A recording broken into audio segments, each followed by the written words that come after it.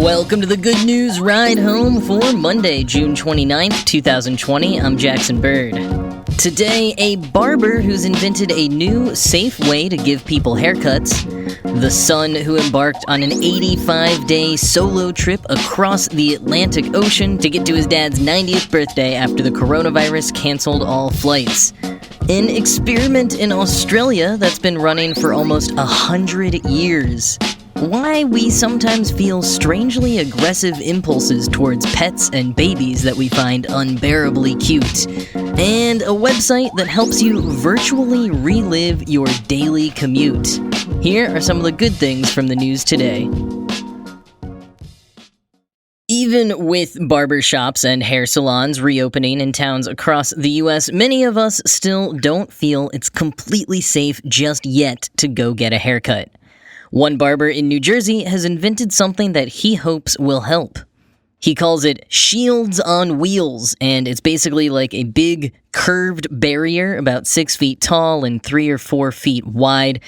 It's made of wood and plexiglass with a small opening in the middle where the barber's hands can go in to cut a customer's hair from a safe distance and while keeping them both safe from transmission.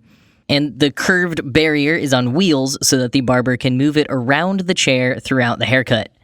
Edwin Ramirez, the inventor, is a barber and owner of a barbershop called 201 Styles. He's also a woodworker and graphic designer, so when he had to close up shop during lockdown, he turned to those other hobbies to find a way to make sure he could safely reopen the barbershop as soon as possible. And though his shop has not yet been able to reopen, he's tested and modified the Shield enough to start selling it and has so far received over 300 orders from around the country and over 100 from other nations. One order even came in from a doctor in South Africa.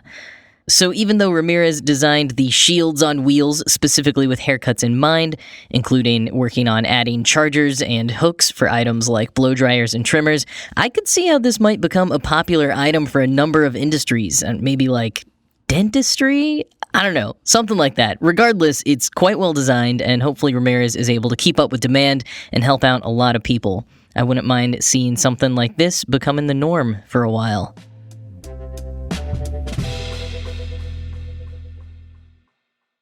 Don't bother trying to compete with Juan Manuel Ballesteros for the Best Son Award because he will definitely win.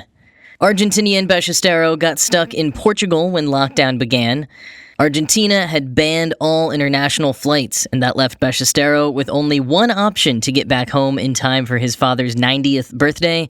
He'd have to travel across the Atlantic by sailboat. That might sound pretty extreme, especially when you find out that he was staying on a tiny island off the coast of Portugal that had no known cases of coronavirus, so why not just stay there? But Ballesteros was worried the virus was the beginning of the end of the world and couldn't bear being away from his family at the time. Plus, he's a seasoned sailor, having joined his father on fishing vessels since the age of 3 and spending most of his own adult life traveling the world via boat. Still, a solo journey across the ocean is a pretty dangerous endeavor nonetheless, especially during a pandemic. When he was preparing to leave, Portugal warned him that he may not be allowed back in the country if he ran into trouble and had to turn back.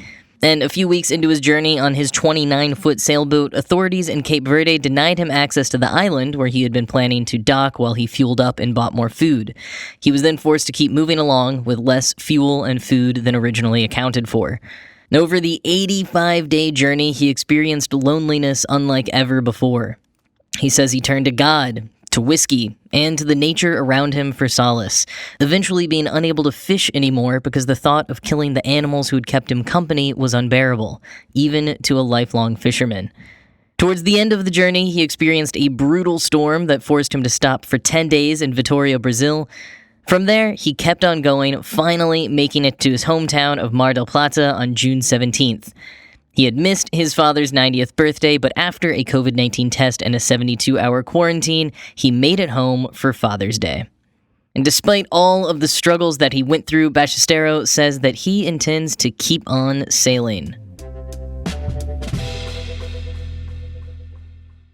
Have you ever witnessed someone playfully bite at their puppy's ears or pretend to nibble at a baby? How about even just the phrase, "You're so cute I could just eat you up"? This impulse, it turns out, has a name: cute aggression. Basically, when we see something cute, our brains go on a, quote, neurochemical roller coaster, attempting to find balance, which results in bizarre displays toward the object of cuteness. And it has a purpose: to help us take care of the cute, often helpless being. Quoting The Atlantic, Catherine Stavropoulos, a professor at the University of California at Riverside, used EEG caps to test brain activity as participants were shown a series of images of puppies and babies with varying levels of cuteness, according to the theory of Kinderschema, which are the set of traits, such as big eyes and little noses, that human brains seem to be wired to find adorable. After each set of images, participants were asked to fill out a survey that inquired about, among other things, feelings of caretaking. The results were clear, Stavropoulos says. The brain's emotion and reward systems are both involved, but cute aggression flared up specifically when the reward center was overwhelmed. The puppy's tiny paws are just too much on a chemical level. If babies could take care of themselves, it wouldn't matter so much that adults often experience paralyzing reactions to how adorable they are. Because babies are dependent on us for their well-being, though, it's important on an evolutionary level that we're able to snap out of it. That's where cute aggression seems to come in. The surveys filled out by participants showed that the reaction was also heavily linked to feeling a caretaking urge toward a cute thing. That may indicate cute aggression is our brain's attempt to balance an overwhelmed neurological response. A baby can't survive alone, but if you're so overwhelmed by how cute it is and how much you love it, then you can't take care of it, and that baby won't survive, she says. End quote.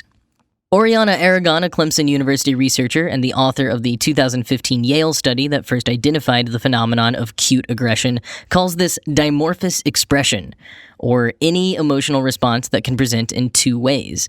She points out that people who act on their cute aggression by, say, smushing their face against a baby's, come down off the intensity of cuteness overload more quickly than those that don't. And that's good, because it means they're resuming caretaking duties more quickly and not being distracted by passive cooing over the baby. Interestingly, Aragon's team also found that when people feel that cuteness overload for a baby that they know they're not supposed to grab, they experience dimorphous expression as cute sadness rather than cute aggression. Think of someone awing at a stranger's baby on the street. Quoting again, the awe expression with a downturned mouth and crumpled face sends a signal to the baby and the other people that you just want to regard the baby, savor the baby, and take that baby in, she says. The same process happens with other reward stimuli, like a good meal. At first, you anticipate it and you dive into your food, and then you sit back, slow down, and savor. According to Aragon, cute aggression is only the tip of the iceberg when it comes to understanding dimorphous expression, which occurs in a variety of scenarios, such as when someone is awed by the beauty of nature or overwhelmed by the thrill of victory. Disgust and pain seem to have special properties about pulling away from the stimulus, whereas tears seem to be about stopping to savor, and aggression seems to be about the urge of pursuit, she says. Research on emotion expression has historically been that of one-to-one correlations, Aragon says, so dimorphous expression represents a whole new phase in understanding how we socially negotiate our feelings, end quote. And Stavropoulos adds that understanding dimorphous expression could have huge benefits in therapeutic practices and understanding caretaking more deeply. At the intersection of both of those would be more effectively understanding and treating conditions like postpartum depression. So next time you cringe at someone nibbling at their puppy's face, just remember that they're evolutionarily wired to do so, and they could hold the key to improving the way we understand our brains and each other.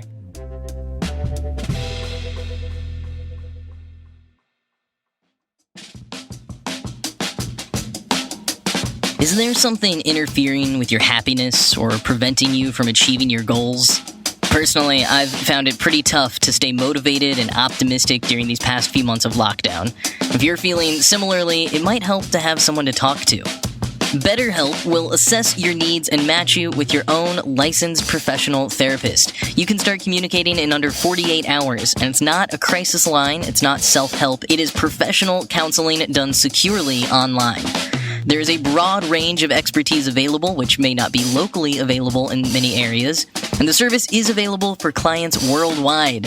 You can log into your account at any time and send a message to your counselor. You will get timely and thoughtful responses. Plus, you can schedule weekly video or phone sessions so that you don't have to risk going into an actual office or sitting in an uncomfortable waiting room as you might with traditional therapy. BetterHelp is committed to facilitating great therapeutic matches, so they make it easy and free to change counselors if needed. It's more affordable than traditional offline counseling, and financial aid is available. BetterHelp wants you to start living a happier life today. You can visit their website and read their testimonials that are posted daily, like this review for one of their licensed clinical social workers. Quote, "Though I've only just started recently, I feel that Heather is being a tremendous help. She's already helped me understand what good and bad coping methods are and seems genuinely interested in helping me through my problems. Though I was skeptical about this online counseling originally, I now fully believe in it." End quote. Visit betterhelp.com/report, that's better HELP, and join the over 1 million people taking charge of their mental health with the help of an experienced professional. In fact, so many people have been using BetterHelp that they're recruiting additional counselors in all 50 states. And we've got a special offer for Good News Ride Home listeners. You can get 10% off your first month at betterhelp.com/report. Again, that is betterhelp, HELP.com/report. In Brisbane, Australia, there is an experiment that has been running non-stop for almost 100 years. Called the pitch drop experiment. It was begun in 1927 by physicist Thomas Parnell. The goal? To prove that pitch, or tar, is a liquid, not a solid, as it appears to be at room temperature. In 1927, Parnell heated a sample of bitumen, a tar-like substance, poured it into a sealed funnel, and then waited 3 years for the pitch to settle to his liking. He then broke the seal at the bottom of the funnel and waited 8 more years for the first drip to drop. He only recorded one other drip in his lifetime, and that was in 1947. The experiment kept going after his death in 1948, however, and has now dripped a total of 9 times. The University of Queensland maintains a website with a webcam stream of the funnel, eagerly awaiting the 10th drip, which they say should happen in about 14 years. Though, full disclosure, I couldn't get the website to work in any browser that I tried it on, so don't get your hopes up too much. Now, while we can't draw any conclusions since the experiment is not technically over, I think it's safe to say that Professor Parnell has proven his point that pitch is indeed a liquid, even though it has been calculated to be roughly 230 billion times more viscous than water. The experiment has been named the longest-running lab experiment by the Guinness World Records, and there is enough pitch inside the funnel to keep it going another 100 years at least.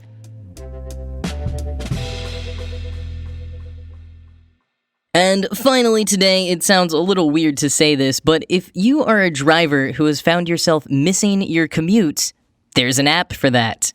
It's a new site called Drive and Listen that streams videos of cars driving through various cities around the world and pairs it with local radio stations and ambient street noise that you can toggle on and off. The videos are pulled from 4K dashcam videos on YouTube, which you can view the source for at any time if you're curious where it came from. There are over 50 cities around the world to choose from Chicago to Seoul to Havana, and it looks like they're adding more cities all the time. Even if they don't have a city close to you to mirror to your own personal commute experience, it's still a cool way to explore other cities around the world and see what the roads are like there. The cities are paired with live feeds from select local radio stations, so it's also cool to hear what the radio is like in different parts of the world. As someone who grew up driving but hasn't had a car for 10 years, I can't tell you how much I am genuinely digging this website. It was created by Erkam Seker, a student from Istanbul currently working on his master's in Munich. He told Lonely Planet, quote, "I was missing riding around my city, even the traffic and the fuss of daily life, so I found myself watching videos of Istanbul online. It was so fun to see my city, but I thought, why not listen to some radio in the background to get the whole riding in cars experience? I realized that other people around the world must be missing that experience of being on the road. At first, I made the app to somehow suppress the feeling of missing home, but now I also see it as a new way of exploring cities. It's an amazing experience to see new places together with some local tunes on the radio in the comfort of your home. I also think it helps us become more patient in these days of lockdown," end quote.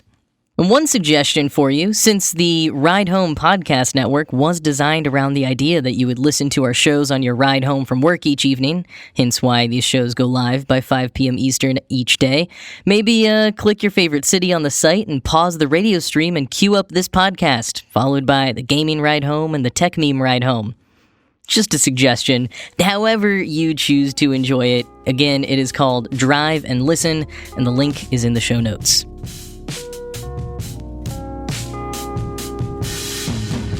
That is about all for today. As always, this show was produced by Ride Home Media. I'm Jackson Bird. I hope you had a good start to your week, and I'll talk to you tomorrow.